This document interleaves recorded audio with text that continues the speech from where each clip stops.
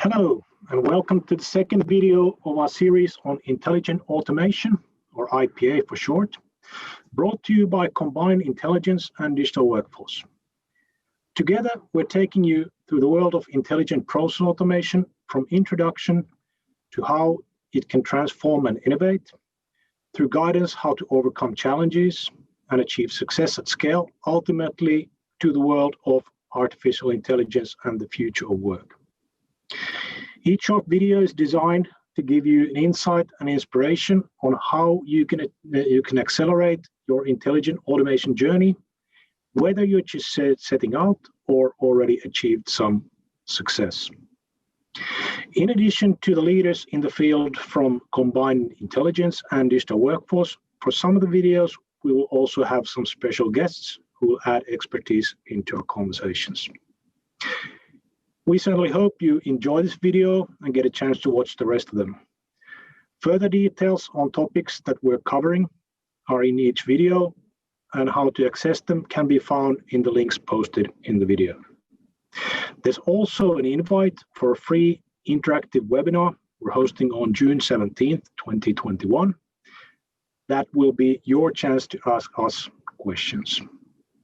My name is Karri Lehtonen. I'm the Head of Business Development at Digital Workforce. We're a global advisory and services company in the field of intelligent automation. I'm joined today with Steve from Combined Intelligence and Gaurav from Digital Workforce. Fellas, would you introduce yourselves, please? Thanks, Karri.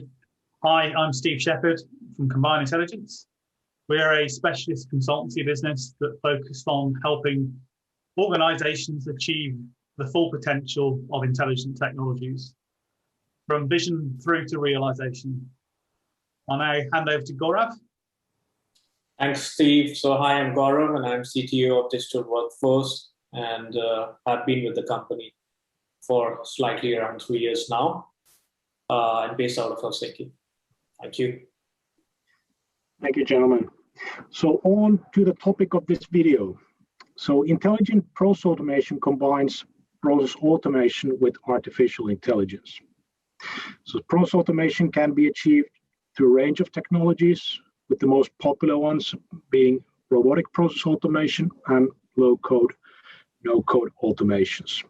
So these technologies can utilize artificial intelligence to go beyond the rules-based processing, enabling capabilities such as processing unstructured data, for example, documents and images, intelligent decision-making, prediction, and obviously more. So my first question goes out to Gaurav. In your words, what is intelligent process automation? Yeah, thank you, Karri. So intelligent process automation, or it's also called hyper automation. So it's a concept which is much more broader than pure play RPA. So RPA is more confined around task-based automation, whereas intelligent process automation, then the ambition is that we are able to drive much more value by enabling more wider and broader business automation. So, and together with that, it also includes constructs around how can you discover new automation capabilities, how can you analyze them, whether it's a good candidate for automation or not. And lastly, but not the least, how can you then automate the business process using a variety of technologies and platforms? So if we go specifically into technologies and platforms, so as you see, IPA uses both technologies coming from process automation side, but also technologies from artificial intelligence side. And the goal is that you're able to orchestrate and run end-to-end business processes in a highly optimized manner, so that bottlenecks are resolved before they actually occur, and using machine learning and natural language processing, computer vision to structure unstructured data or to extract information from certain unstructured data sources. One specific example could be that you may want to automate the end-to-end quote-to-cash process, and you may want to use different kinds of technologies like integration platforms so that the data from different enterprise applications can be integrated case management, so that human in the loop capability is there, as some parts of the process may still need to be done by humans. And then this end-to-end orchestration platform, which can orchestrate this end-to-end process, as said, as a highly optimized fashion. And certain AI capabilities to structure unstructured data, but then also to do forecasting, decision making if needed. So AI is needed in some specific parts of the process, but then AI is also needed at the orchestration level, so that the entire process can be orchestrated and run in a highly optimized manner. So I hope I'm able to explain this. Absolutely, that's very, very interesting. And maybe one additional question. This is reality today. This is not science fiction or anything like that. Yeah, absolutely. So this is totally reality, and there are already tools and technologies out there which is enabling this end-to-end process automation. Fantastic. So my second question goes to Steve. So what are the benefits of intelligent process automation? Why is it so important to organizations? There are actually a sort of broad range of benefits. The starting point, certainly for a lot of organizations to date, has been driven about reducing costs. So particularly in the world of robotic process automation, people have looked at these technologies to help them automate tasks that have traditionally been done by people. What that is typically driving at is it's picking up on high volume, mundane, repetitive tasks.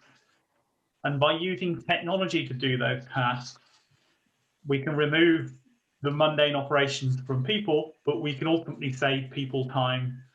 And that can turn into reducing costs, as well as obviously enabling our human workforce to do higher value, greater value add operations and services.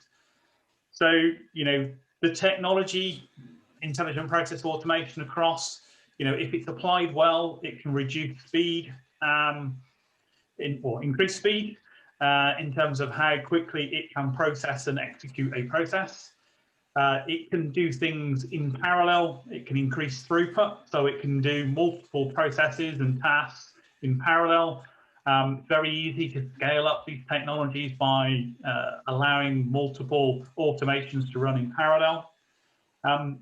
We do free time. The objective here isn't purely around reducing costs. It should be about enabling our people to do more. And that might be in how they interact with customers, for example, and how they communicate and use that human interaction to build value in the relationship with the customer. But there are many other benefits as well, not just around time and speed. Quality, human beings aren't that great at doing repetitive tasks and consistently. So accuracy, consistency, and reliability can all be improved if we implement automation well. And that challenge about doing it well is something we will pick up on future videos. Another element you can factor in as well is around security. When people have to access multiple systems and they end up with multiple usernames and passwords and so on, it means that they can sometimes be a bit insecure on how they manage and maintain those, whether they write them down or whether they replicate them. But actually, we can encapsulate this in a secure way that now access is controlled through technology that is encrypted and secure.